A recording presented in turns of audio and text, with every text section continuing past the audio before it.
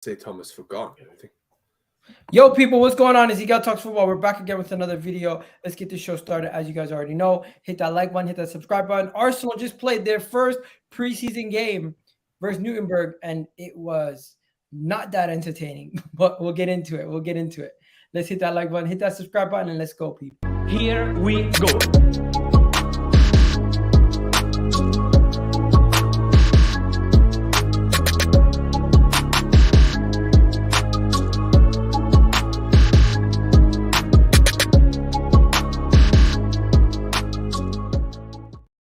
Yes, ladies and gentlemen, how's everybody doing today? Of course, this is Vibes from the Six, and we're going to be talking about Liverpool, Arsenal, and other things. But before we go any further, we need to talk about the game that just took place right now. If you don't know, there was a game that just took place right now. Arsenal played against Nuremberg. It ended 1-1. Bukayo Saka's strike. That was actually the strike. He shot from distance 7 minutes into the game. The number 7 got the goal, the first goal of the preseason. And you know what? We started off quite well, but there was a lot of chances missed.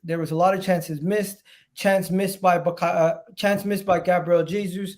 Chance missed by Eddie Nketiah. Chance missed by Fulham Balogun. It was the story of the game. And you know what happened on the other end? Boy, if I show you guys the mistake that led to the goal on the other end, it was a howler. It was a howler, to say the least. Like I couldn't believe it. I don't know. Did you guys see the goal that went in? If I remember, what a strike, and then he dropped the ball in, wasn't it? No, okay, I gotta show you, because you won't believe what took place to lead to this goal. The mistake that led to get to this goal was nuts. Right, so I'm gonna just make sure I don't get copyrighted. Because it wasn't even Ramsey, it was Hayne, wasn't it? From there. Let me see. The goalkeeper had the ball from right there. He's standing right there. He kicks the ball out. There's two defenders right there. This defender gets to it, and the ball is rolling into the back of the net, and he can't do nothing. So that was what led to the goal. Unfortunately, that we drew the game 1-1, but this was a preseason game. To be honest, guys, one thing we learned was the attack was struggling today. The team was heavily rotated. It was not the strongest. Team. And people want to know what Kai Havertz did. The reality is Kai Havertz didn't really play much in the first half.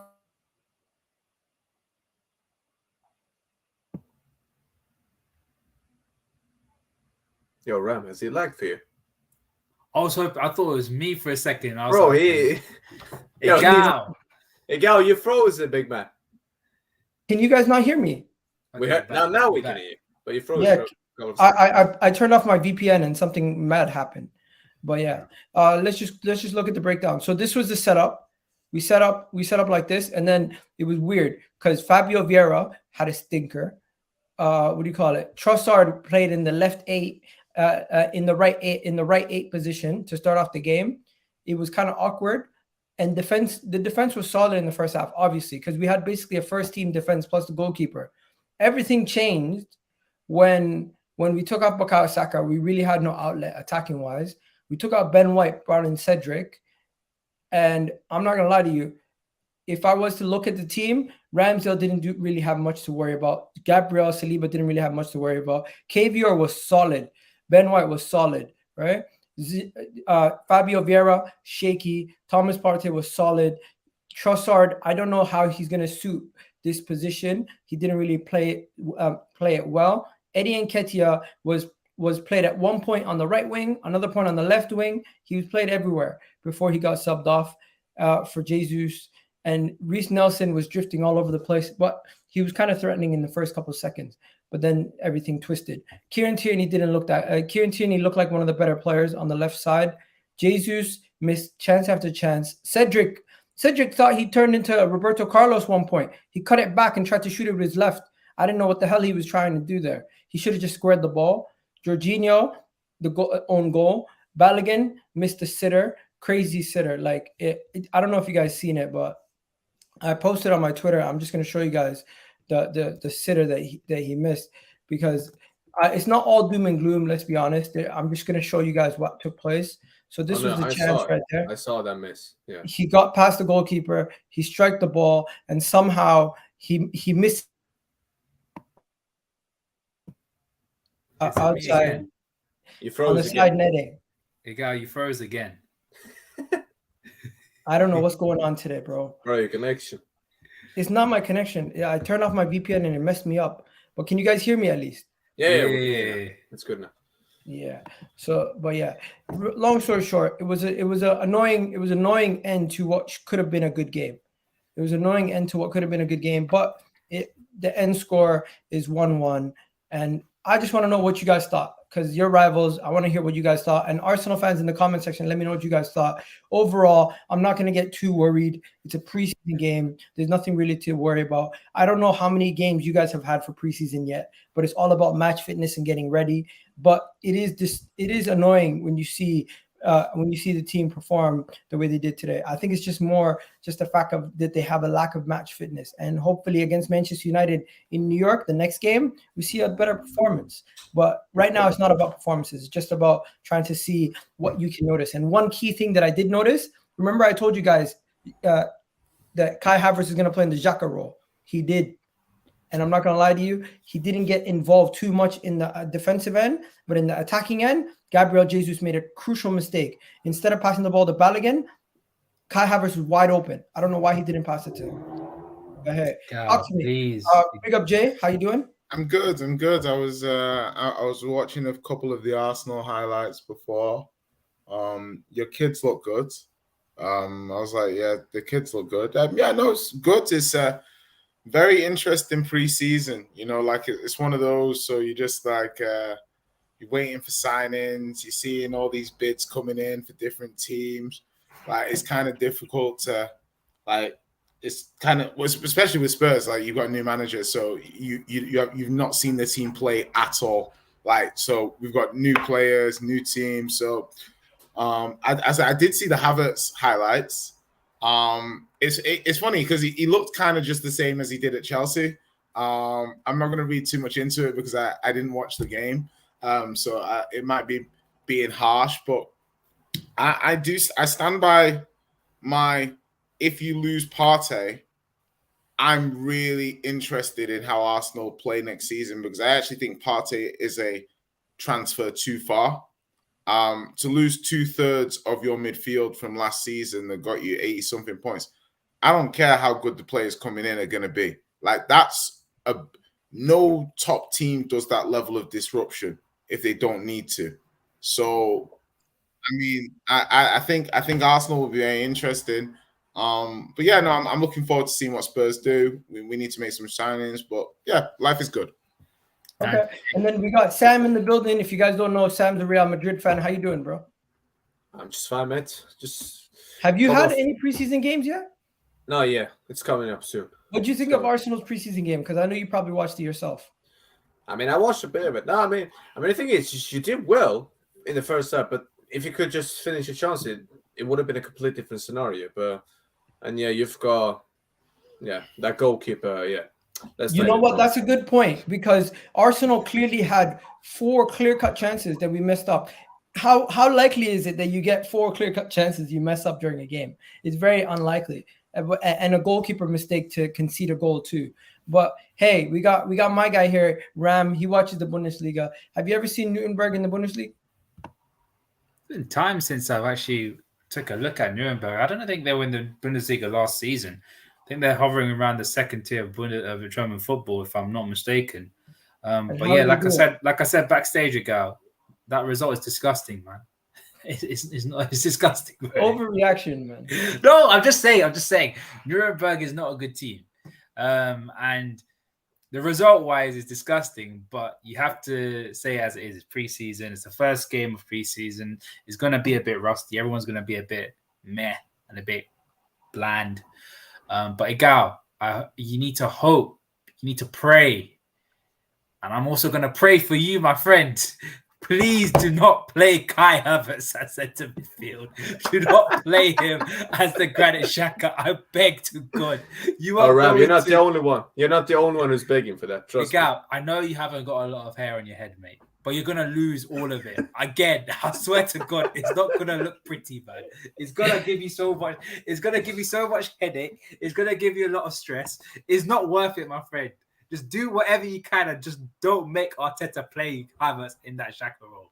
Listen, people, I trust the manager. I back my manager, and I believe that if his decision is to play him in that position, it might take him some time. Don't forget, this is his first game ever playing with this team, and he only played 45 minutes coming off the bench playing with a bunch of kids. So I'm not going to read into it. And I don't even think he was that bad. Really, whenever he didn't really get the ball too many times, I felt like positionally he didn't know where to stand, but it is preseason. Not everyone is going to get excited over a couple moments here and there in preseason. Shouts to Dele Alli, obviously after his interview, but obviously we're going to talk about that actually. It's interesting about that you mentioned about his position, because it did make me feel a little bit about Dele Alli, because you can argue that Havertz's best position would be in a Dele Alli type role. Ooh, Jay, Can I just say something? Don't compare Dele Alli to Kane. One second, guys.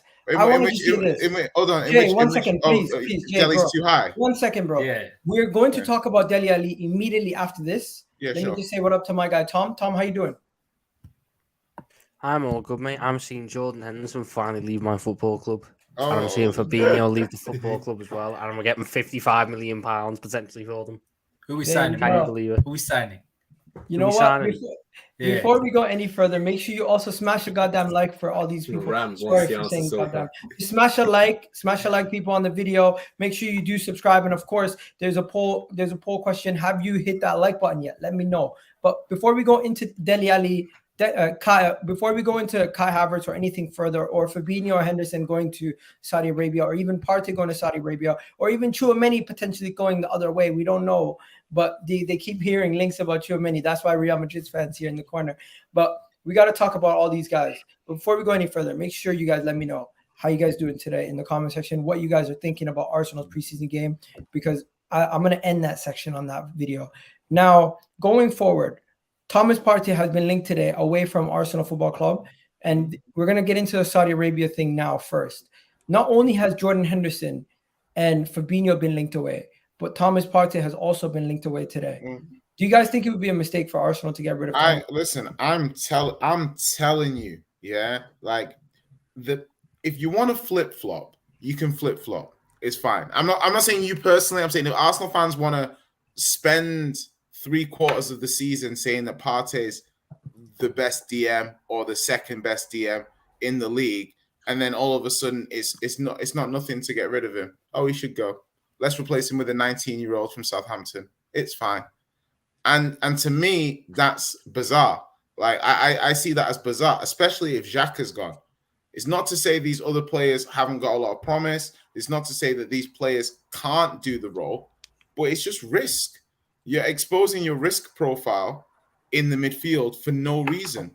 And that for me is that would be scandalous. Like if Arsenal were to sell Partey this summer, I don't, unless you buy Caicedo, unless he's the person that you're going to replace him with. And even then, I think you lose Partey's technical passing ability. And I don't think Rice or Caicedo would have it. So, I mean, for me, losing 2/3 of your midfield that did so well for you last season, and both of them had very good seasons, I can't back it. It just, as much as a Spurs fan, do it. Great idea.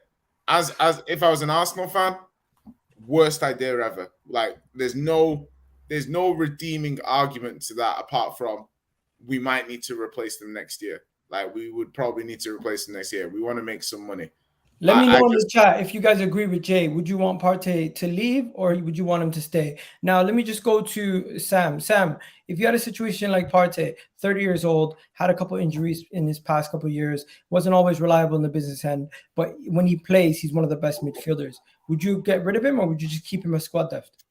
Yeah, it all depends. Can you get a replacement for it? That is the key answer. Like if you're not gonna go and if you're gonna get a Caicedo, or if you could get a Tchouaméni type of player, then yeah, I could hear the argument. But the fact of the matter is, if you get rid of him, I just don't know who Arsenal are going to go and buy as well to replace the guy.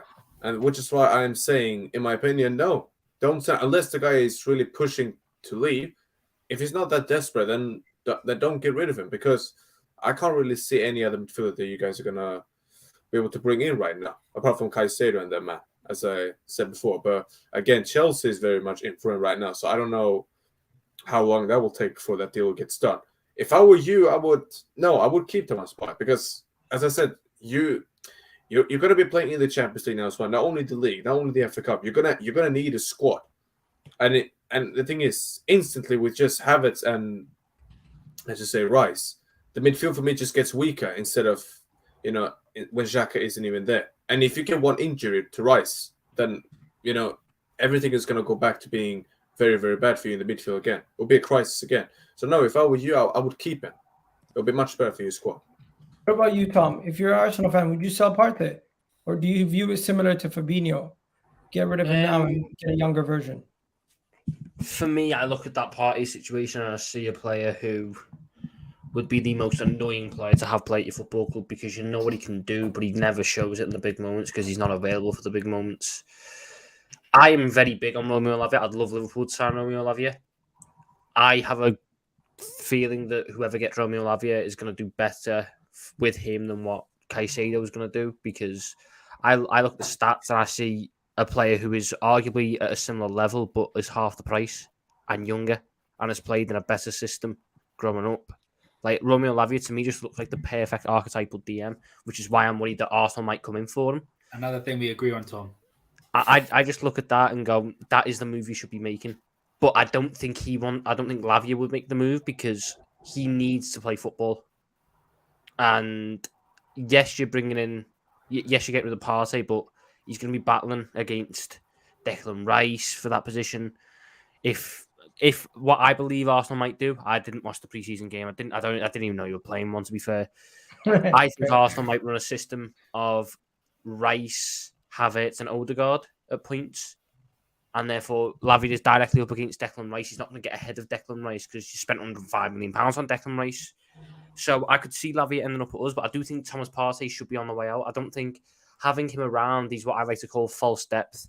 You'll put him on your depth charts at the start of the season. You'll go, well, if he's second choice, we'll be okay because, we can turn up in the big moments, but he always gets injured. It's like it was with Caicedo for years and Ox for years and potentially even Thiago. You can't rely on them in the big moments, and it's not worth keeping them around, especially if you can get 40, 45 million for Partey. Like, if that's a chance to make profit on Thomas Partey after 3 years of him where he's underwhelmed for most of it, I'm sorry, business-wise, it's just a smart move as well. So I think Arsenal fans should be hoping that move materialises. Okay, fair enough. And Ram, I think you've said this already numerous times, but just let the people know your stance on this quickly. I think if with the system that you're going to be playing, right? I don't know if it's going to be a double pivot or it's going to be one single midfielder. It's going to be a single DM. Single DM. Yeah. Then I do not trust. Jay. That sounded a bit wild, but yeah, I said my piece about Partey. I think he's a very, very good player, but he's just really unreliable. And I don't think even Lavia is the answer to it, in my opinion. Even if you're going to play him as that lone DM, I think Lavia is the kind of guy that you want next to a Declan Rice or something like that. Maybe along those lines, and 100% I agree with it. But to play as the lone DM, I'm not incredibly convinced, in my opinion. So I'd rather if I was an Arsenal fan, keep Partey for another season. And if you are going to be a bit, if you were going to act like a big club, you would buy Lavia as well and make him like the understudy, learning off Partey and continuously rotating. Because let's be honest, Partey won't be fit for the entire season. So you would be able to rotate them consistently and still get Lavia to be playing a lot of games throughout the season. So Igel, just one quick thing. And you know what? I was just going to move it on. But Sam, what were we going to say quickly? Just that Lavia thing. Just one thing. I'm not even sure Lavia is that ready yet to be playing in the lone DM, just like Ram said. I'm not even sure he is ready I yet. think we're gonna have to talk about that once we get to the Liverpool section, but because they're gonna have to start him week in, week out. We won't necessarily have to start him week in, week out. But let me know, people in the comment section, what you guys think about that. And also, just to let everybody know, no Declan Rice or Timber yet. Unfortunately, we haven't officially agreed, but the signing has not been done yet. So we're still waiting for the announcement of Declan Rice and Timber. It's going to be a while now, but I don't know what's going on. I think this is just how we do our things, and we need to be patient, ladies and gentlemen, because Timber and Declan Rice are Arsenal players. They're going to be Arsenal players. We just have to have a level of patience. And do any of your clubs do this long for announcements? Because our club takes forever for announcements. We just do it straight away. It's a document. That's what's delaying the whole thing. Ours are just boring. The best ones we've done for years of them. We spent £20 million on Thiago and made them walk in an empty dressing room and go, "What's happening?" And all of my in an awful and all of our signings is just a classic, suit, go up. Yeah, but yours is like yours carries weight. Communicado official carries weight. We just change ours every summer because nothing works. No, the Mo Salah new contract was pretty interesting. No, that one was good. But he was on holiday then. New contracts worth like that. I remember we got Bobby Firmino signing a new one. He done a no look. The new contracts are all right, but when it comes to a signing, we just probably think. Yeah, someone said Heinz Ketchup is a fraud. To be honest, he's not even the third. He's not even the third goalkeeper. He's like the fourth goalkeeper. Allow him. Okay, Heinz. Good. Karl Heinz, let him be. Let him be. He made a big mistake today. His confidence is on the floor after what he did. Yo, the man literally, I don't know if you've seen it, Tom, but the goalkeeper, he basically passed the ball to a midfielder on the other team when he's outside of the box and then tried to run back as the ball was rolling into the net. Ironically, did what Ramsdale did against Southampton when you guys shoot 3-3. Ironically, he did the same thing. No, but Ramsdale was not as bad as that. No, I know, but it's a similar thing. It was a similar thing. Okay, let's talk about something else. Unfortunately, there was actually not unfortunately. This was an emotional moment today. Everyone was listening to this podcast from Gary Neville, the overlap with Dele Alli, and of course Jay, Tottenham fan. He has a strong affinity with Dele Alli, being his former player, and of course all the good times that they had over there. And also, Gary Neville actually has worked with him previously in England under 20s or something like that. He was the assistant coach for the so at that time he worked with him. But just to give you guys a little breakdown of what took place, if you didn't read or watch the video, apparently Dele Alli opened up with Gary Neville on the overlap about his childhood traumas. He spoke about how he's been abused as a child, and I'm not even going to say the first word, but you guys can S abuse from his mother's friend. He started smoking at 17. He was sent to Africa for discipline at the age of 7. He used to deal drugs at the age of 8. He was hung off a bridge at 11 at the age of 11 by a man from the local estate, basically trying to scare him. And he was adopted at the age of 12, where he kind of turned around his life. Unbelievable, emotional scenes, emotional story, and it's just like it just makes you want to root for the guy. It just makes you want to hope that he can get turn things around and get himself going again at Everton. And it's like a lot of people forget that these guys are humans, and like we make fun of them, we make jokes about them, we laugh about them. There's a lot of banter that's being thrown around, but at the end of the day, this is somebody's life, and this is who, and they have feelings, they have emotions, and sometimes we're so detached from the actual players so much that all our jokes and all our social media comments and everything, we're just so heartless that we forget that these guys are actual human beings. They have a family, they have their own problems. And they didn't even mention the fact that he had an addiction and he had to go to rehab for sleeping medication, sleeping pills. So I wanted to add on this. So obviously with Ali, incredible rise, incredible, my best 19-year-olds, obviously at Spurs I've ever seen. Incredible what he did. And I think from Ali's point of view, one, he's had a very tough time, even with, I think, the Pochettino and the injuries, and obviously fame is a microcosm. Do you know what I mean? Very few people are ready and prepared for fame. Fame is a very unique thing. He's obviously stronger than most of society to go through all of those things and then, be a professional footballer to the level that he was a professional footballer. And I think you're absolutely right. You have to understand these players. People were saying this guy's finished at 24. I was saying this guy's finished at 25, and it's not even, I think this creates a great wider conversation about how you should talk about people and how you should talk about players and how you should, I've always been tried to be quite respectful about players. I try not to insult them. I try not to call them shit or like whatever, because these guys are playing at the highest level of professional football. They're obviously not. They might not be this good or that good. And I think that moving forwards, I think people. I've been in spaces with Igal, and when Arsenal, flopped the run in last season, I remember how some of your fans were talking about some of your players, and I remember, they were saying some crazy stuff, calling them all sorts. And it's like, these are actually people. These are normal people. I seen it about Henderson. The way people talk about even Liverpool fans. Ram, I'm looking at you. I never abused that guy. Don't put that on me. I even got a witness. I even got a witness right here. He can even back I'm just saying that. I never heard anything. Okay, that's fair, Tom. But what I'm saying, and you've seen it from your fan base, boys, that even Henderson can deliver you every trophy that you can possibly win, and he still gets pelters. And I think that you have to be very careful that we don't treat footballers like Football Manager, like they're NPC characters just in the background, and they're there for our amusement and just to be played. So, I think it's amazing what he's done. I think it's great to have the wider conversation about mental health. I think obviously with mental health, it's one of those things where it's got to be very open and it's very raw for him to go through.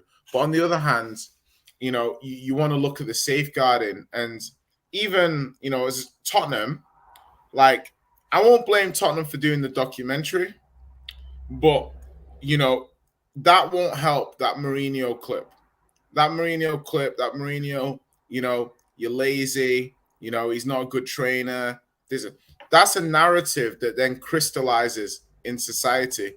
And then I can't blame people for then running with that narrative afterwards, being like, Dele Alli's lazy, he doesn't care, this and that, because they've just seen Mourinho tell him to his face. They've just seen that clip continually be shared over the past 2 years saying, amazing, look at Mourinho, predicts the future again. Look at Mourinho, he's bang on.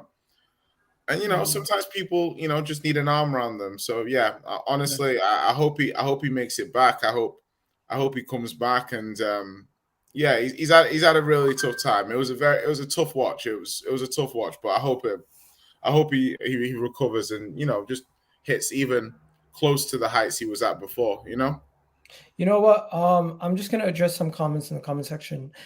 First, big up Dele Alli. Everyone's saying 100% I agree there. I'm going to get the Liverpool fans' thoughts and, of course, Sam's thoughts in a second. But mental health struggles, real people, respect to Dele Alli for being strong and sharing his story 100%. That is massive. Also, Arsenal can be terrible sometimes, abusing players. Just look at Xhaka. He's a perfect example. He's definitely not the only one. And yeah, of course, even some YouTubers do flame it. Yeah, because people do definitely have agendas and they push it on some of these players. But it is what it is. At times, we need to maybe be a little bit more compassionate and not as harsh. And also maybe just not over dramatic, because like I'm not going to overreact after one game and call anybody shit or anything. But I feel like that's what we do nowadays on social media. You miss a chance. People are probably thinking right now I'm making fun of Balogun. I'm really not. I'm kind of just sharing what happened for people who haven't watched it. But hey, let's move on. Sam, what do you think about the whole Dele Alli situation? No, it was tough to watch because obviously I didn't even know any of this about the man's, about his life and all that stuff. But when you find out about this stuff, it's hard to watch, and then you think about, look back and some of the things you've said. You think, okay, maybe I shouldn't have said this, maybe I should have said that, but it's because the hard thing is because many of these people, they don't come out and say it publicly because it takes a lot of strength to say this. That's why I give the guy a lot of credit for actually coming out and say what he said. But nah, man, it was hard to watch. I just hope he gets through it and he can come back to being his normal best again. Because again, at the end of the day, he's not a robot. You know what the best part about this is?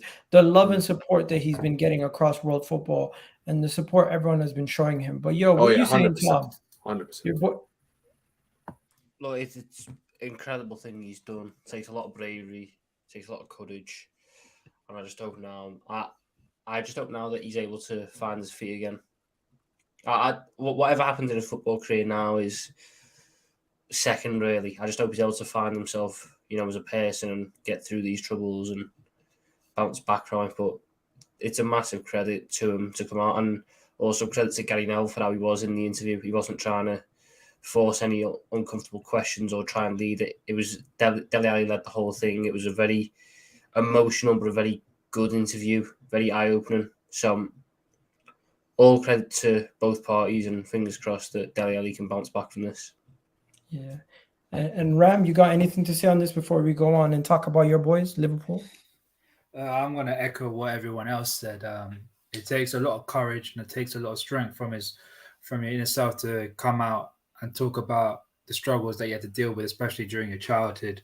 And I think what I want to say is that we always hear about the struggles of people that have gone on to do great things. You hear the struggles of people, the personal struggles of people that have won trophies or major trophies, have successful careers in what they do. But we never hear the stories of what happened to those that get succumbed by that pressure and they end up falling off in a certain situation. We never hear those stories. And to hear a story such as Dele Alli's is truly an eye-opener, in my opinion, for a lot of people.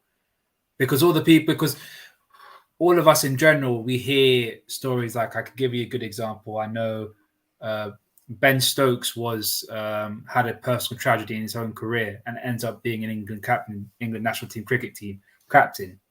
But you don't hear any stories about what happened with Dele Alli, or even players that were meant to be great players, but then end up not having a career as successful as they was meant to be. So it's incredibly brave and incredibly strong for what Dele Alli did. And I think it's something that us as fans need to really gauge in what we have to say and what we actually have to understand of how they're feeling in their own thoughts. Fair enough. And you know what? All I got to say is, everyone, make sure you hit that like button, hit that subscribe button. And of course, we're just going to keep the conversation flowing now, get into the Liverpool side of things and everything else. So there is a big story circulating. Now, for anyone who's been living under a rock, this is what's going down. You got Fabinho, you got Henderson, both apparently headed to Saudi Arabia. And potentially more outgoings for Liverpool also outside of that. So I'm gonna hand it over to Liverpool boys to tell us what's going on and how happy or sad they might be with these players potentially leaving. Because, of course, it is your club. And I would love for you to maybe further explain. Sad. Yeah, you might be sad. I don't know. Sad. This is my club actually, being a serious club for once. This is my club not holding on to players who are past it. This is my club actually, moving like they should be. You look at the fees that we could get probably about 50 million for them, I reckon. 55 million. We reinvest that into Lavia. We reinvest that into a left centre-back. Hell, we could even reinvest it into another midfielder on top of Lavia. All of a sudden, the squad is looking a hell of a lot more strong than what it was. Henderson, what hasn't been said about his performances in recent years? So you're celebrating? I'm happy, yeah. I'm happy. Because you look at what Henderson was doing in the past couple of years and what it was shaping up to be in terms of his future at the club. He was shaping up to be 7th choice midfielder on 200 grand a week. Why would I want to keep that? Like, it doesn't make sense. Fabinho, he probably had a bit better future. He probably would have played for us next season, but £40 million is a chance to make profit on him, which is something I didn't think we'd be able to do. the player had a really bad season last season. You look at what it could be down to. It's either down to a drop in form or a more pertinent issue. I'm happy that the club aren't gambling on him, on his performances next season. If we're able to get 40 million and reinvest that into Lavia, for me personally, what I would do, sell both of them. That gets you 55, 60. Reinvest that into Romeo Lavia, Kefren Turam, Gvardiol Kone. There's your midfield set for 5 years. After all the problems our midfield has caused in the past 3 years, I do not want to mess around with the midfield again. Box it all off for me in one window, and then we can just focus on other areas for the next 3 years. Is there Liverpool fans who don't feel like you? Because I work with one, and he's telling me to lose both of these guys is ridiculous. I'm on that sort of kind of wavelength. I feel as though the club are moving away too quickly, for my personal opinion.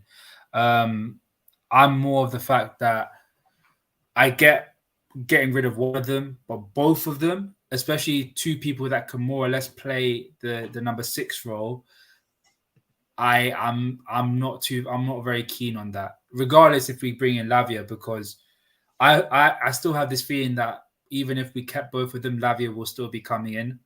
And it's just a case of we need to get another midfielder on top of Lavia, and I do not trust my club in doing that, for once.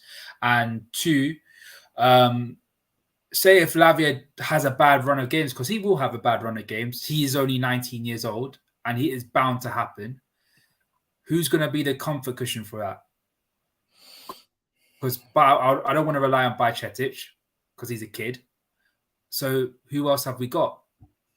Okay, so this is now where we go. So you guys, you lose both of these guys, both of them.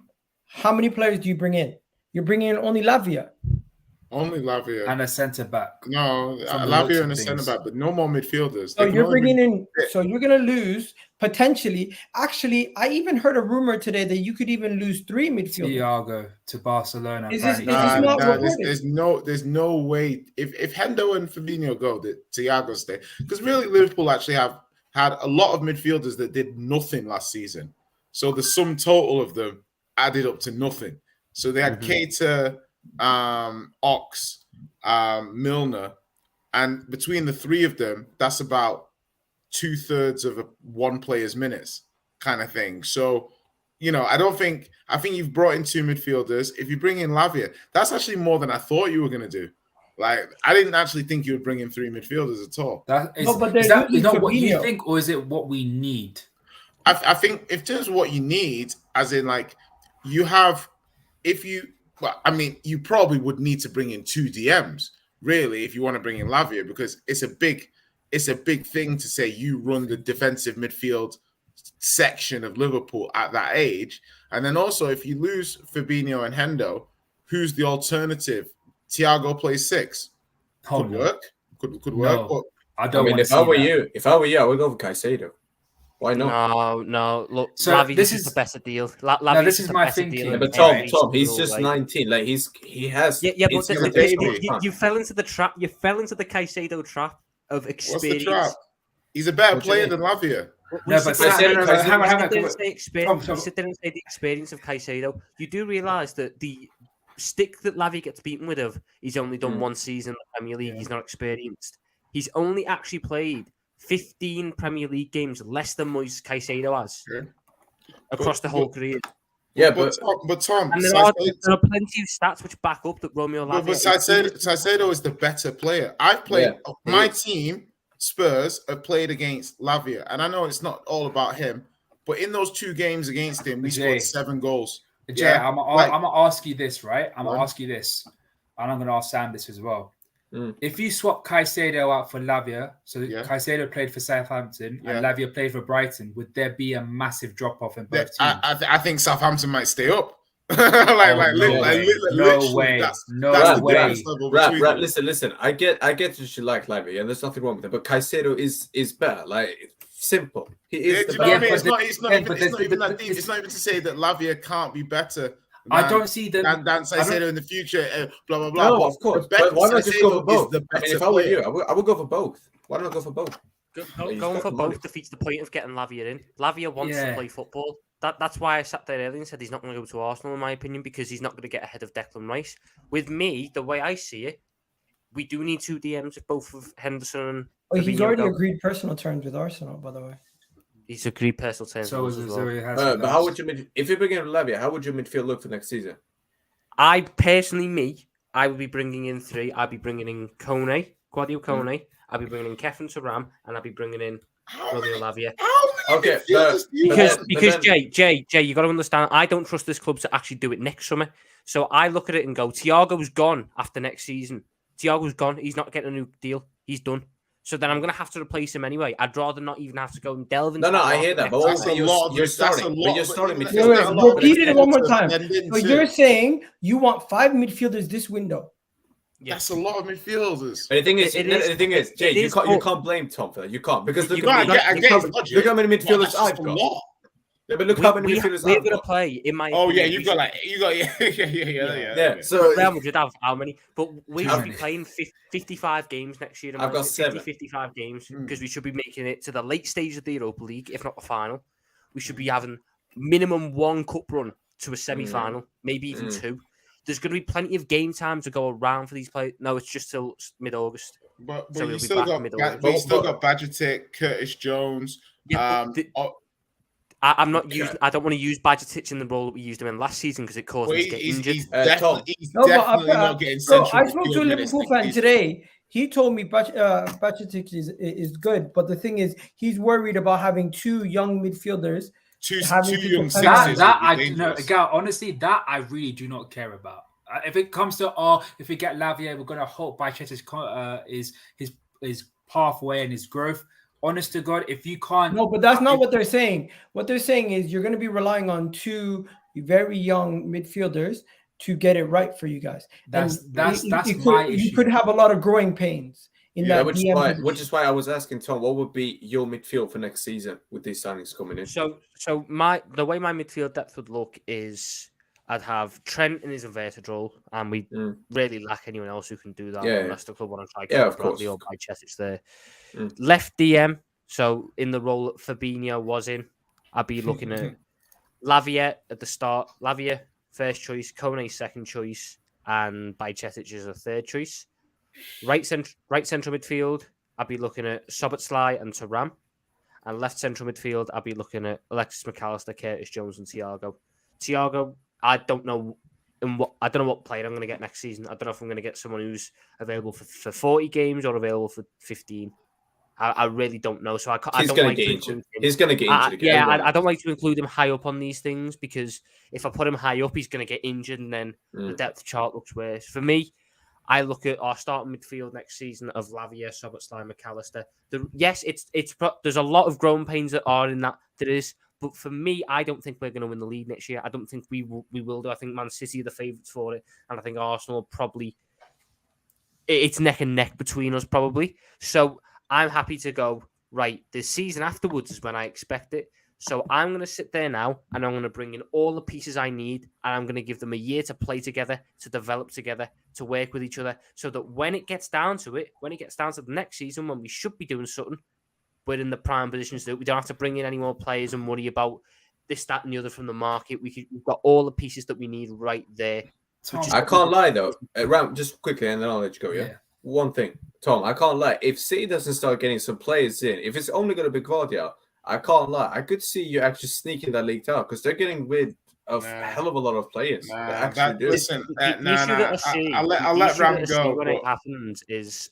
The counter argument I get is we need experience, and then I ask for names, and they recommend the likes of Amrabat or Palhinha, who to me... What about Frankie? We're not getting Frankie de Jong. We're not going to pay his wages. Oh, if no, you don't. You know what he is. No, but Let me dream. Let me dream. No, Ram. He's not even good, but you don't even want the guy now. Ram had a crazy theory. The experienced names that they keep recommending, like Palhinha and Amrabat, yeah, they're old. They're 26 and 27. Palhinha 60 M's. 60 million for Palhinha, who's done at the top level, at the level that I want to be playing at, 50 games. He's done 8 Champions League games. Sorry, it's not 50, it's like 40 odd. He's done 8 Champions League games and 30 odd Prem games. Amrabat has done it for Fiorentina. When people are telling me to turn down the likes of Kone and Thuram, who I believe have the potential to be some of the best midfielders in the league, for an Amrabat or a Palhinha, I can't see it. If you were suggesting to me that, I don't know, Rodri, a player of Rodri's ilk was available, or a player like Brozovic's ilk was available, these top-tier DMs, I'd sit there and go, yeah, the experience, it gets in a win now. But I don't believe that the win now DMs on the market are right for us. So I'm happy to sacrifice a year, because people like Sam think that we should be winning the league title next year, and I'm sacrificing it. Sacrifice a league title next year in order to set us up in a better position for 4 years afterwards. Okay, but listen, Tom, let me talk to you for a second, because I know Ram needs to go, but Tom, you can't sacrifice next season, because next season could be your last Mo Salah season. Really? Probably. Let's say you got 1 year left. Another season for Ali. Are you saying Mo Salah goes to Saudi? Of course. So the face of Saudi football in 1 year's time. Who says no? Look, give Liverpool 70 million. 70? Are you mad? I want 150 if Saudi's coming along for Salah. For 32-year-old Salah, accept 70 million with 1 year. No, 150. I'm sorry. If you want him desperately, you give me money. Wait. How much are you accepting for Harry Kane? For 29-year-old Harry Kane, who's 3 years younger, I'd take 1 year left on his deal. Pardon? I'd take 100 million. For 32-year-old Salah, 70 million is fair. No, it's not. Why? He's 3 years older. He's not injury prone, and he's better. Neither's Kane. Kane plays full season. Kane with them ankles, bro. When's the last time you saw Kane miss a Spurs game because of injury? When's the last time you saw Kane miss? I can't lie. He is actually making a good point. Yo, guys, Riyad Mahrez is going also for 30 mil. Yeah, but that was my point. That for me, they're starting to get rid of too many players. If they replace them, cool. If they replace them, I'm going to say still going to win the league. But if they don't get good replacements, then that's why I'm saying, do you know what? Maybe Liverpool could snatch it. That's all I'm saying. The issue is the names. Liverpool, yeah. The win now signings aren't good enough. The win so now you want to do a project with Lavia? Wait, what did you say, Tom? What did you say? The suggestions that we've seen for the win now aren't good enough. We're not going to beat Chelsea out to Caicedo, I don't think.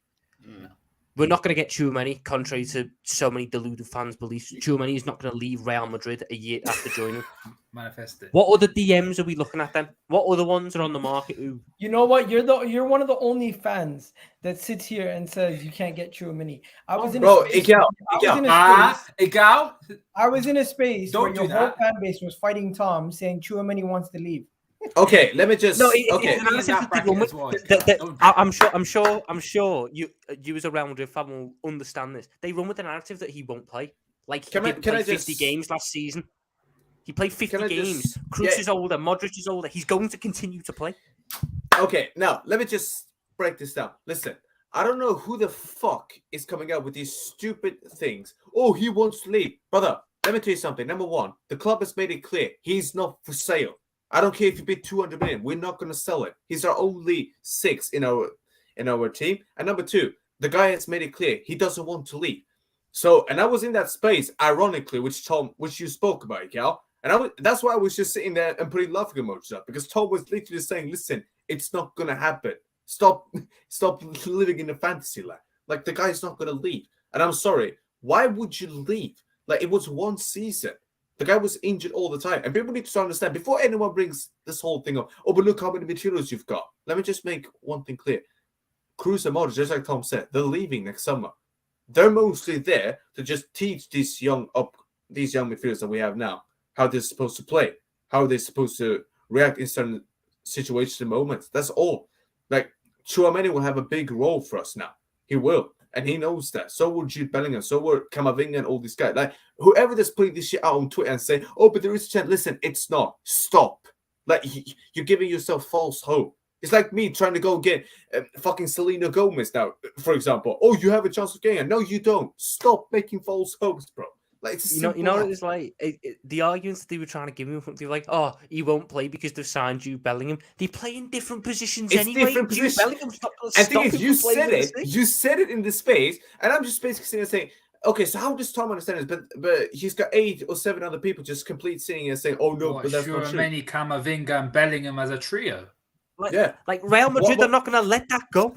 They're not Ram, going to let that go. That's Hold like on. 10 years. That's like 10 years right there. And 10 no. years. Not only that, Arda Güler as well. You've got him too.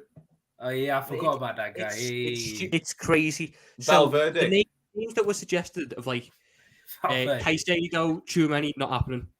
The other DMs that have been Now, told Caicedo, I think, could Fabinho, happen. I don't think so. It might No, do, but there's a bigger I chance don't of you think so. of getting him than getting Tchouaméni. Much bigger chance. Oh I yeah, would say. because Tchouaméni's not happening. But then I look at the other names that get suggested: Palhinha, Amrabat. I'm sitting there going, they're not win now either because I don't think they're good enough to be win now. I don't. Palhinha, he's okay. I like that he makes tackles, but I don't think he's got the nous to play in the role that we need for our DM to partner Trent. Amrabat, I haven't watched enough of, but maybe he is, maybe he isn't. I've seen plenty of Lavia last season. I remember watching him in the Emirates in the 3-3 and how he ran that game for 80 minutes until he got subbed off and then Southampton collapsed. Like Tom, he has it there. I He know, has it Tom, all there. Tom, I know you've been telling me this for about 5 or 7 months, but I've got to ask you, I need to bring you back down to earth, Tom. Do you believe FSG and Liverpool will go out and sign Thuram, Lavia, and Kone? I don't believe they do. I believe they get 2 though. I do believe that the You believe you get 4 midfielders this window? Tom, I really don't see it, man.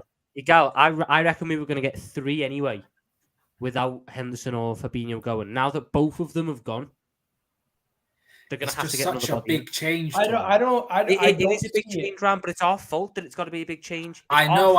Okay, 1 second. What you believe and what you want to happen is 2 different things. You want 5. I want 5. We're going to get 4, I reckon.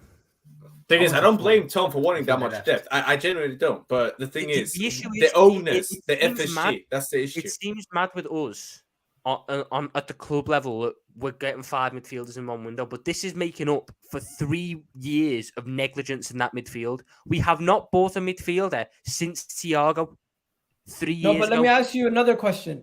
Is there a possibility all 3 of them leave? No, I don't think they we let better Thiago not. go. They better not. The difference between Fabinho and Henderson is they had longer term contracts. Hendo had another 2 years. Fabinho was tied down until 2027. One of the worst fucking contracts we gave out, considering his fall off. But Thiago, his contract's up next summer. It's understood that he's going to go next summer. I don't see why we try and cash out for 5-10 million now when we're going to need what he can bring for the 15 games he's fit. So I look at that and I just go, I don't. He can go to Barca next summer. I don't care. Do what you want to, then go be someone else's medical team's problem. I don't care. But I need your age this year and I need your experience this year if what I want in terms of the 5 midfielders comes into effect. I have one more question. Could you just if you look at it from a financial perspective, couldn't we just keep Fabinho even for the experience because his value won't drop that much? If anything, if he has a successful season, it will maybe go up a little bit and we get a little bit more money. Disagree because he's hitting that 30 threshold. And you know what happens to values after. He's 29 now. He's on the right side of 30. The moment he goes to 30 next summer, and yes, he could have a good season, but he could also have a bad season. And if he has a bad season, his value goes down further. We're sitting there going, why didn't we just sell? For me, I look at what I believe is a guarantee, and a guarantee for me is Romeo Lavia becomes one of the best DMs in the league. I don't want to miss out on the opportunity of getting him in. The other 2, I'm fine with. You know, if you want to give me other names, I'm fine with. I'm big on Kone because I think his price is a really good price for the play that you get. And Thuram, I think that the right side of our midfield, like that's the one where I'm open to suggestions like Pedro Gonçalves from Sporting. That's another name that I like. I think he could work there as well, but I went for a slightly more defensive option out there. But we have to end up buying 3 midfielders across the next 2 years. Otherwise, we are once again going to sell ourselves short. And that has been the main issue this club has had in the past 4 years. We always sit there and leave ourselves short in one position. Tom, I get. I'm fully on board in terms of I think Lavia could be an incredible prospect. So Fabinho has to stay, says this Liverpool fan. No, he the thing is, Ram. Henderson, I'm okay with. He can go. It's just the Fabinho one's just a bit. I'm really on the fence. The thing is, Ram. I'll give you. The thing is, I agree with Tom more because you can't turn down 20 mil though. Because the thing is, but not only that, Gav, that's just one of the points that you just made. But not only that, just go and look at the way Fabinho was playing in his role last season, especially just a perfect example. Look how we played against us. Like, and the thing is, we didn't even have our best midfielder in that team. The way Fabinho just got done like that, and that wasn't even the only time he was done. Like, it's just, for me, Ram, his legs for me are pretty much gone now. Like, I don't think he can keep up anymore. I understand that, but if I was to sell Fabinho, I need someone a little bit more experienced in that midfield. I know Kefren. And who? Everyone knows how always much. ask this question. Which is why I said. Tell him 1 second, Ram. Tell him your hypothetical from Drifty. Oh, the one that we're trying to manifest. So basically, me and Drifty, I was on Coppish, big up my boys on Coppish. Drifty came up with an idea, so which he's going to try and manifest, is that somehow, in some way, we somehow take Declan Rice from Arsenal. Is that your solution? If that's your solution, then what is going on? What is going on here? Bro, I need to manifest something, man. No, Ram, please. Because I've asked this question to 4 different people now, and I've still not got an answer. There is not Sofiane Amrabat, who there is a lot of question marks about in my eyes. Oh, yeah, I believe that as well. Which experienced DM do you want to come in?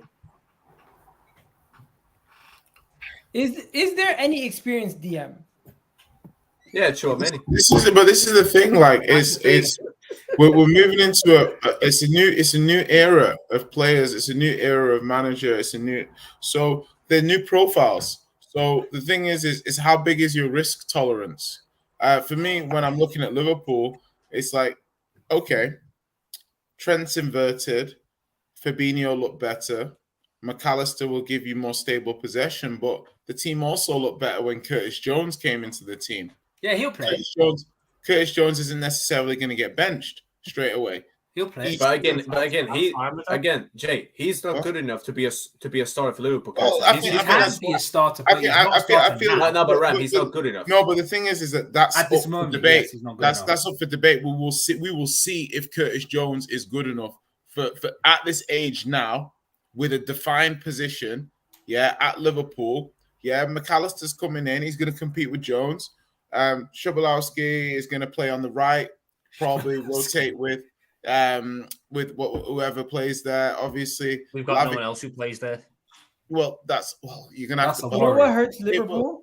If you sell Henderson, you haven't really. Yeah, Elliot will have to be. Elliot will have to be his understudy. Sophie, man. Big up everyone coming over from Big Six Bands. Do me a favor, hit that like button right now. We're talking about Liverpool. My question to everybody is, what hurts Liverpool more? The fact that Arsenal and Chelsea are looking to spend big money on Declan Rice and this is the market value now for these players? Or is it the fact that they're selling these guys for 40 million, 50 million?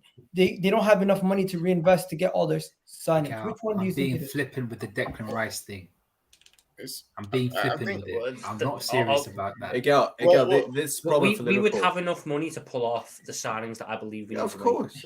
So who do you want? Who do I want? So you just said it right now, guy. Realistic. Don't just 2 players. Realistic. No, but I think we can get because we need more than 2. No, I get that. We need a centre back, but you're not going to get 2 midfielders. Bro, you're surprised you even have 2 midfielders in the door already. No, I'm not. I expected 3. Now we need 4. Even though you've got FSG as your owners. FSG have to spend this summer because we were now becoming a bad investment if they'd let us continue to fall off. 1 year out of Champions League, they can bounce back because the core's still there. If they'd failed to invest again and we had another year, then panic stations would have arisen. Someone said they are going to spend the money. I look at it for my window. We already had a player that's not even. Bro, first was Thomas Partey to Man United, not to Liverpool. But Schloboslai, he's going to be doing his thing, right? Schloboslai. Schloboslai. He's going to be off the right. He's going to be in the role. So he's going to be doing his thing on the right wing, yeah. But even when we played you and we scored a few goals and things like that your transition is still worrying. You've still got the same defenders as last year. Van Dijk is a year older. That is where I'm going to solve it because you need to buy a centre back. The thing you is, need Tom, to buy someone to go in Robertson's position because Robertson can't handle transition. But also as well, one thing you guys have to acknowledge is you're putting miles on Konate's clock because if he's playing as the right centre back, he has to constantly be covering Trent's side. He did it before Leipzig. The He thing did it is, for as well, Leipzig. I'm not. That's That was, the thing, he's, though. he's had a few knocks, right? He's had a few strains. He's had a few injuries. You making a defender continually do that defending. We'll see how Konate's body holds up this season That's as fine. well. That's fine. but this is That's Tom. fine. That's I'm not why. But that's why I agree with you as well. That you need another centre back too. It's not just a midfielder because the centre back is another one where we don't even have a name that. No, like but Colwell. yeah, but that's what I'm saying. Colwell's the one that we want. Like I'd love Levi Colwell is immense. Yeah. But for me, I have to look at it with the budget that we have. I reckon we've got about 120 Levi million. Colwell is not leaving Chelsea. Yeah, but Exactly. but based on Exactly. that, Unless he puts a which is transfer Within why. the budget that we have, I look at it and I go, you get Lavia in, that's 50 off the bat done. So I'm down to 70. I'm down to 70. Or What is your budget sales. for this summer? What is your budget?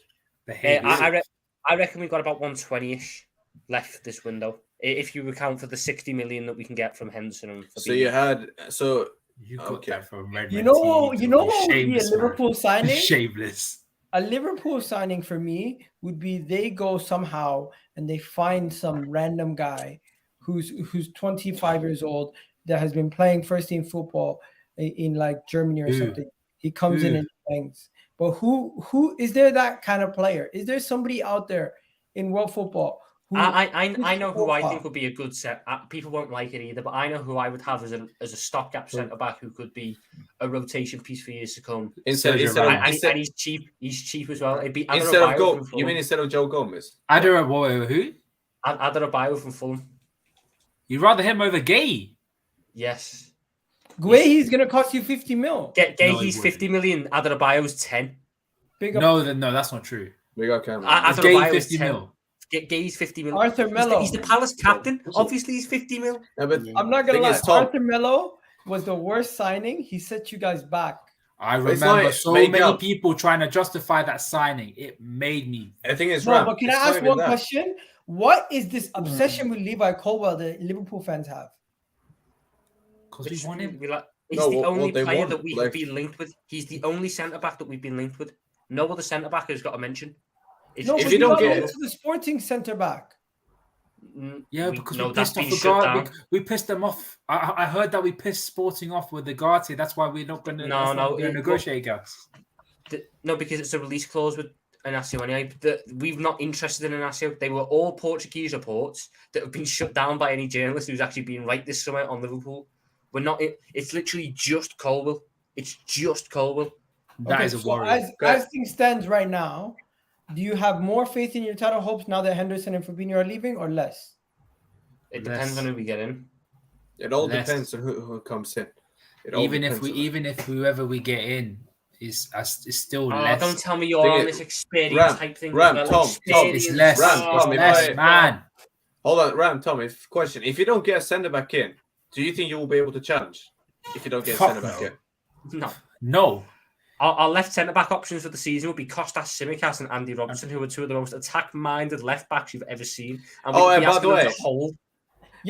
One second. Everyone watching, do me a favor right now. Hit that like button. It's free. Get us over 100 likes. Easy. And also, let me know, do you think Liverpool will be challenging for the league title next season? Because it seems Tom is still on the fence. Tom, I don't understand why, Tom, you think without the experience we're going to challenge. Because the exact same thing we said about Arsenal, saying that they have zero experience in their team, we could say about the midfield. No, they have the most important area of our team. They have zero winners in their team.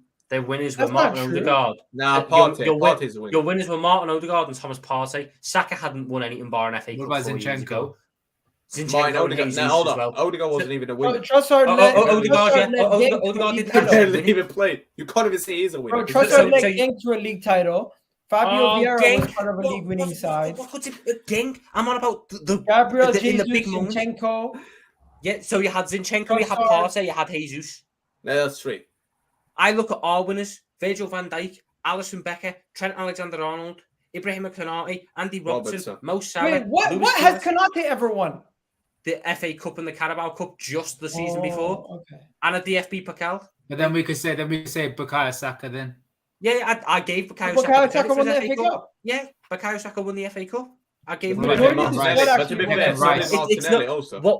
Yeah, Oh, I one was talking FA about last Cup. season though. Again, Canate is a winner because he done it at One RB second. Leipzig, I'm pretty sure as well. We can do this, but it's semantics. My point is, Liverpool Football Club, your issues last season were your starters and your main guys dropped off slightly because of your midfield. You improve your midfield enough, you'll be better. But the reality is, with Fabinho no longer at his best, Henderson was terrible. He's gone. Thiago's always injured. This rebuild is great. But with the rebuild and the reshuffling, everyone always uses this word click. I'm not going to even say the word click. Just look at what happened last year with your attack. Your attack, it took them a while to figure it out. If it takes your midfield that long to figure it out, you could have another tough season. I hope if you're telling me I that hope we're Liverpool gonna bin off next season, then I'm cool with it. Ram, But I still want to win the Europa. I can't lie, no, Ram. I'm not expecting to win the title next year. I'm not expecting that, but I expect a Europa League win, and I expect a domestic cup final. I know, Tom. I hope you get into Europe because I'm gonna miss you this season in UCL. I'm gonna miss you. No, you'll find a way. You'll find some rule. You'll either find a rule to get us into the Champions League for the knockouts, or find a way to go down to the Europa League for a game. Just because why not? Tom, I swear. 2018-19, I'll beg to God that we got you in that season because oh my God, we would have slapped you hard. We slapped you so hard. In 18-19. 18-19, you guys sucked. You guys sucked. Okay, we were sick. One season where Ronaldo left. Yeah, exactly. I wanted revenge. I wanted revenge then. Well, wasn't that the one where that video came out of the journalist outside the Camp Nou going, no one in Spain wanted Liverpool. I miss when we were that scary. Now Real Madrid are sitting there going, give us Liverpool. Give us Liverpool. Yeah, but the shocking thing for me was when we played you in the final, the 2021 in Paris, the way you played, I can't lie, you should have got something out of it. You were better than us, but it's not only that, but the way when I then faced you at Anfield, the way you dropped off last season. Last season was shit. Brother, I just couldn't believe what you guys were doing. Like it was just like, what the hell? That was normal for us last season. That was normal. The shocking thing was that you let us score 2. That was the shocking. We're gonna have to switch gears a little bit. So now it's time to talk about the final topic of the day. And this topic is a very interesting topic, I think. Yeah, I don't know if you guys seen this, but Jay is probably gonna lose his shit. God. Harry Kane to PSG. Now, PSG. Hold on 1 sec. Let me land. No. You got 1 sec. You got 1 sec. Breaking news 5 minutes ago was that Romano said that Bayern are flying into UK and they're trying to ask Daniel Levy what his price is for Kane. Send him to Bayern. So what I'm trying to say is that I get you where you're going with the PSG thing, but I'm saying that there was an update 5 minutes ago. Jay, why is your club ruining players, man? Honest to God, why are they ruining players? Ruining players. But you're telling me he could either end up at 1 second. So he could either end up at Bayern Munich, he could end up staying at Tottenham, he could end up at PSG, or next season go on a free to either Chelsea or Manchester United. Yeah. So send him to Bayern, please. So with all those different stories, I'm just going to tell you this. PSG have said they are going to try everything in their power if Mbappe leaves to get Harry Kane. Number 2, we've also heard that they want Rashford. So we don't really know where their priority lies. Rashford is definitely signing a new deal with United. Bayern Munich later. Big up Tom. He had to jump out. Bayern Munich, on the other hand, Bayern Munich have submitted 2 bids. They've shown that they're serious. 70 million and 80 million pound bids plus add-ons. Maybe it's not enough for Tottenham yet, but maybe they get closer and closer as the window goes on. But my question to Jay is, are Tottenham even serious about letting him go this transfer window? It's a difficult question. There's no right answer to it. And people will be like, oh, you should take the money. But you're talking about one of the top 2 strikers in the world. I mean, if you keep him and he leaves on a free, that sucks. If you want to sell him and you take the money, you know that 100 mil on the strikers doesn't even get that far anymore. If you get 100 million for Kane, that gets you 3/5 of an Osimhen or something. Do you know what I mean? As in, you don't even get a whole Højlund is being what I saw 80 million plus Atalanta were quoting him at. So it could be this could be our Coutinho moment. The one thing I say the advantage for Ange is you can't miss something that you've never had. You know, he's never played with Kane. He's never had Kane as a starting option. Chelsea? Yeah, I mean, I think he likes his Tottenham legacy and too much to go to Chelsea. And I also think that Chelsea gives no guarantees of success. For you to do something like that, it's a big move. If you're going to move to a club like Chelsea, if you're going to move to a club like Chelsea without the guarantees of success, you're just opening yourself up to, what are you really going there for? I think he. Jay, I pray to God he goes to PSG, because if he does that, then that little turtle will pack his bags and come to me. No. Listen, the thing is like someone says Trevor Raleigh. Ram is already scared. He's already scared. Well, no, but the thing is someone said let him go on a free is a madness. And like we've got Son that can play as the 9. We've got Richarlison who can play as the 9. Please. Oh no. Well, listen. At the end of the day, whether people like it or not, Richarlison stinks. Would you rather not get 80 mil now? Okay, you should get money. You need to get money. But the thing is that if you keep Kane and he fires you to a Champions League spot, you make more money. Kane, in terms of sponsors, in terms of branding, is worth a lot to the club. Yeah, but Jay, question: Are you going to win the Champions League? No, you're not, are you? So what is the point? What do you mean? What's the point? Yeah, but what's the point in any? What's the club? Okay, then, Palace. Are you gonna win the league? No. Right. That's a completely different scenario. Give up policing. No. Why would any team want to keep That's a different stuff. That's a different scenario. Why? Because Kane has 1 year left. You can get money, get some money in for him, and you can invest. Listen, the thing is football played on the pitch or is it played in the boardroom? Like I remember when Arsenal had Özil running down, and they had Sanchez running down, and they had Aubameyang running down, and at the end of the day, sometimes the player leaves on a free, like Lewandowski did with Dortmund, like Pirlo did at Milan. That's different, though. Why is it different? It's not. It's exactly because the same. because Bayern Munich had already had an agreement with Dortmund. No, Bayern Munich wanted Lewandowski. Dortmund refused to sell him. Ever since they Dortmund refused to sell him, out he of went there on a free. administration. All I'm trying to say is that people can say you're kicking the can down the road and you can use the money to rebuild, or you could say keep Kane for one more season because he's going to be on job because he's trying to get the record. No, Jay. Just send him to Bayern and stop ruining his players. Brad, it'll be the best for England. It will be best for the country. Just send him to Bayern, give him that clinical edge, and then we're good. Brother. Just send it to PSG. Let me get the little turtle quick. That's another bottle job club. I don't want that. I want that proper club that wins. That's the thing. Like nobody here truly cares about Spurs. Truly cares about Spurs getting fair value for Kane. There comes a point when you can do the deal, but you can't do the deal for the sake of doing the deal. Like you can't have PSG asking for £200 million for Mbappe. Which is why I'm saying the only reason why I'm sorry, Jay. Jay. Hang on. Egal, what was the quoted offer that Bayern Munich came up with? Was like it 7 million? The most recent offer was 80 plus add-on. 8 million euros. Plus add-ons. Yeah, not pounds. 80 million. So 70 million pounds. So it will be around about 80 million because we're going to add the add-on. No, it's 70 million pounds. That is the guaranteed amount. 70 million pounds. With add-ons included. 5 million pounds more than Kai Havertz. It was 70 million pounds. Like yeah, but Kai Havertz, how old was Kai Havertz when they signed him? Bro, listen, it doesn't matter. 70 million pounds cannot get you Harry Kane.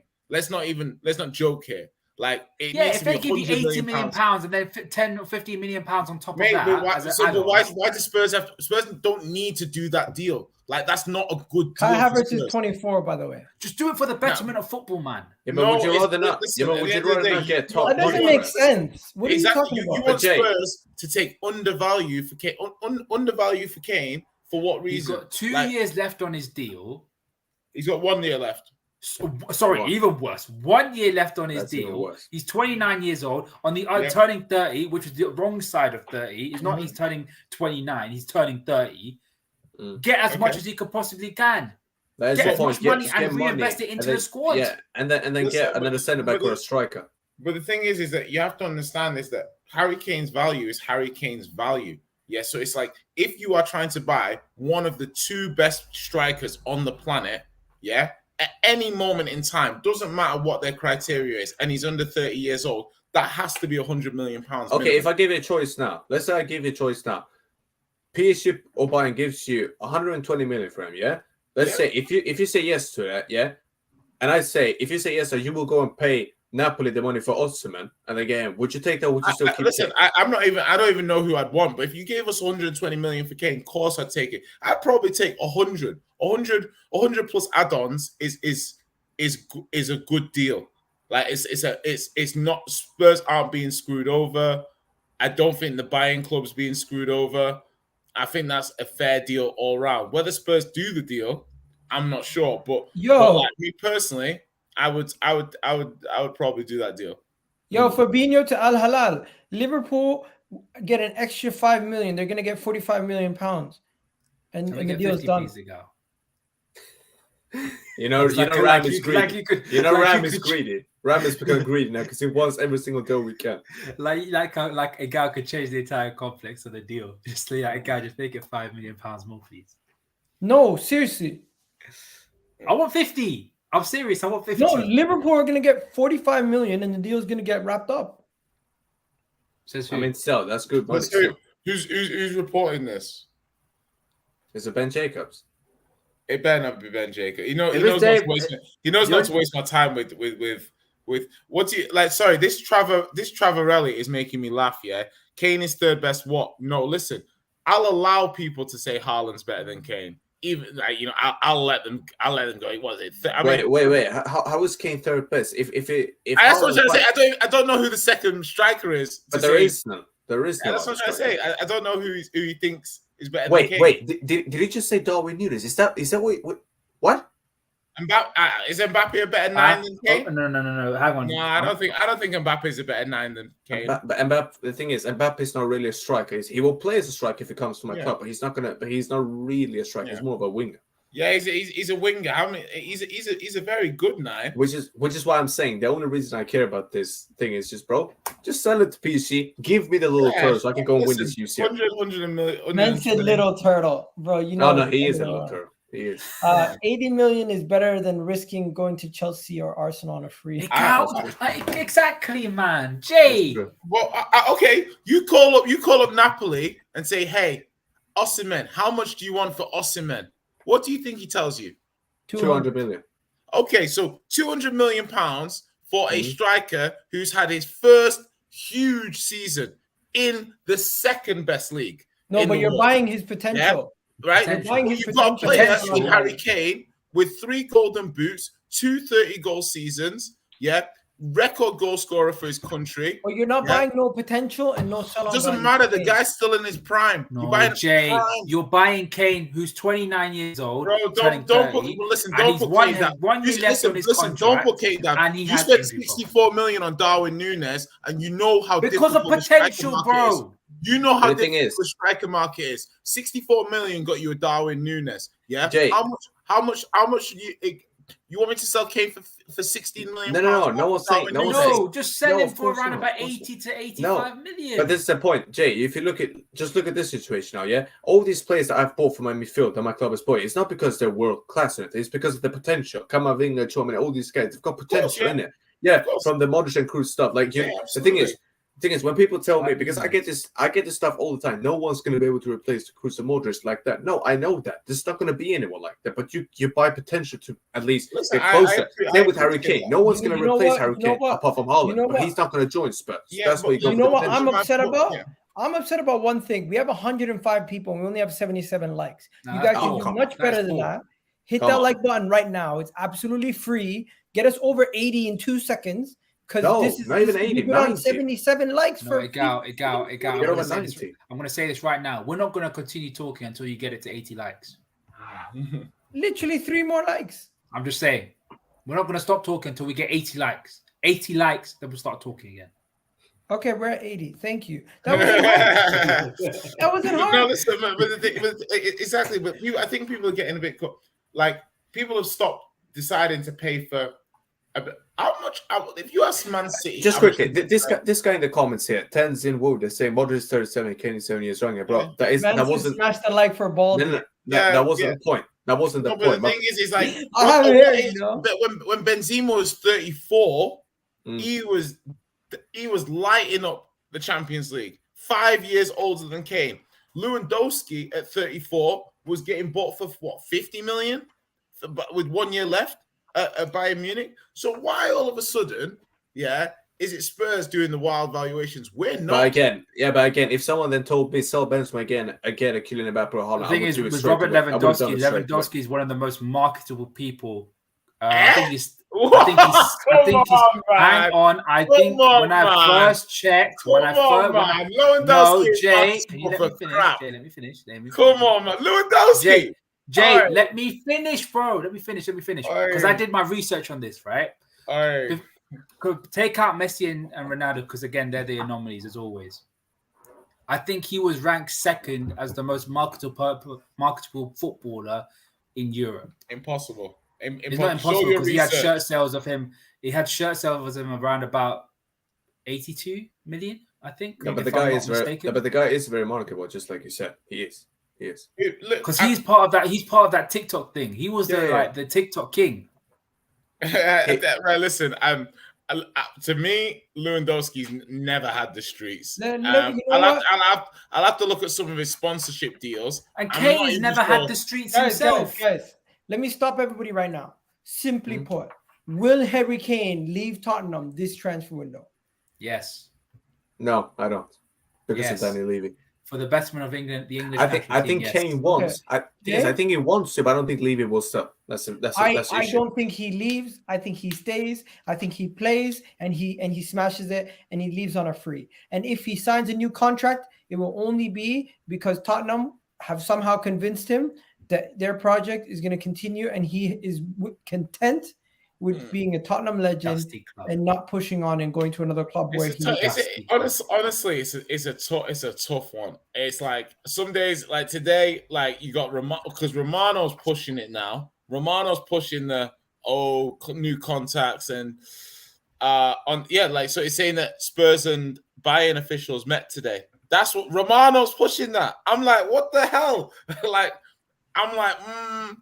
think he's staying, but I mean, those reports aren't nice.